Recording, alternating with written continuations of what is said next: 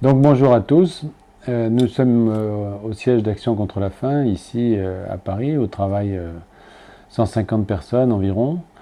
Nous en avons aussi beaucoup sur le terrain.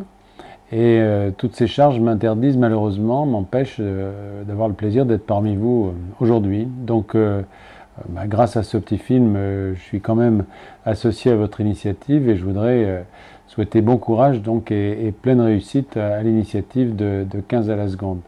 Je suis très sensible aussi au fait que vous ayez choisi de faire une partie de vos dons, la plus grande partie de vos dons à Action contre la faim. C'est une association qui, je crois, le mérite. Je le dis, c'est pas parce que je la préside, mais c'est parce que je la connais bien et que je sais qu'elle est présente vraiment dans les pays du monde où on en a besoin. La faim, c'est un thème qui parfois peut paraître un peu dépassé, des gens qui considèrent que c'est un peu ringard, c'est un peu années 60. En fait, aujourd'hui, malheureusement d'ailleurs, c'est plus actuel que jamais, c'est-à-dire que on considère que, bon, c'est des chiffres, vous savez, c'est comme les accidents de la route, on dit un mort toutes les 4 secondes en raison des problèmes de malnutrition et des drames qui lui sont liés. Bon, c'est un chiffre qui a le mérite de donner un peu une illustration de l'importance de ce problème. Ce qui est caractéristique de la faim aujourd'hui, c'est, je crois, qu'elle a changé de visage. Dans les années 60, la faim, c'était le sous-développement, c'était le retard, et puis on pouvait espérer que les choses, j'allais dire, s'arrangent avec le progrès, comme on disait.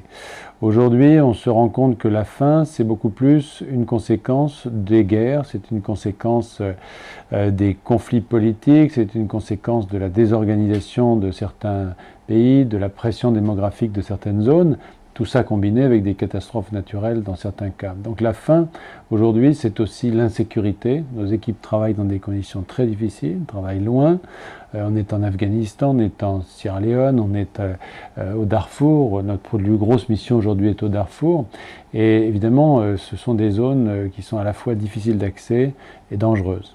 Et puis, comme ce festival est axé essentiellement sur les enfants, je voudrais juste en dire un mot pour terminer, parce que vous savez que la malnutrition atteint ce qu'on appelle des populations sensibles, c'est-à-dire que si vous avez à subir des carences nutritionnelles, vous développerez une malnutrition selon, j'allais dire, votre degré de sensibilité. Si vous êtes bien portant, si vous êtes adulte, vous en souffrirez moins que si vous êtes un enfant ou une femme enceinte ou une personne âgée. Mais c'est surtout les enfants de 0 à 5 ans qui sont les cibles les plus dramatiques de la malnutrition dans le monde. Donc forcément, notre action, à nous, elle est orientée sur les enfants, à travers en plus des procédures de traitement qui sont très spécifiques, parce qu'un enfant malnutri, il y a une caractéristique, c'est qu'il ne mange pas. Il n'a pas faim, il n'a plus faim, et donc on ne peut pas le nourrir simplement en posant devant lui de la nourriture, il faut